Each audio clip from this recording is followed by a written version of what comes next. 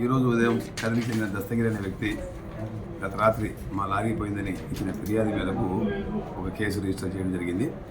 విచారణలో దస్తగిరి అతను గాన్లపేట చెందిన షామీర్ బాస్ దగ్గర డ్రైవర్గా పనిచేస్తాడని, గత రాత్రి పర్వీన్ బాణ పెట్రోల్ బంక్ దగ్గర ఉన్నప్పుడు తన బండి పెట్టినప్పుడు రాత్రి 9 గంటల సమయంలో కొంతమంది గుర్తు తెలియని వ్యక్తులు తన లారీని దొంగిలించిపోయారని, దాని విలువ సుమారు 15 లక్షలు ఉంటుందని చెప్పేసి ఈరోజు ఇచ్చిన ఫిర్యాదు మేరకు కేసు రిజిస్టర్ చేయడం జరిగింది. కేసు విచారణలో భాగంగా ఆ లారీని వెతికే క్రమంలో మా బృందాలు ఈరోజు ఎన్పి కుంట దగ్గర ఆ లారీని పట్టుకోవడం జరిగింది.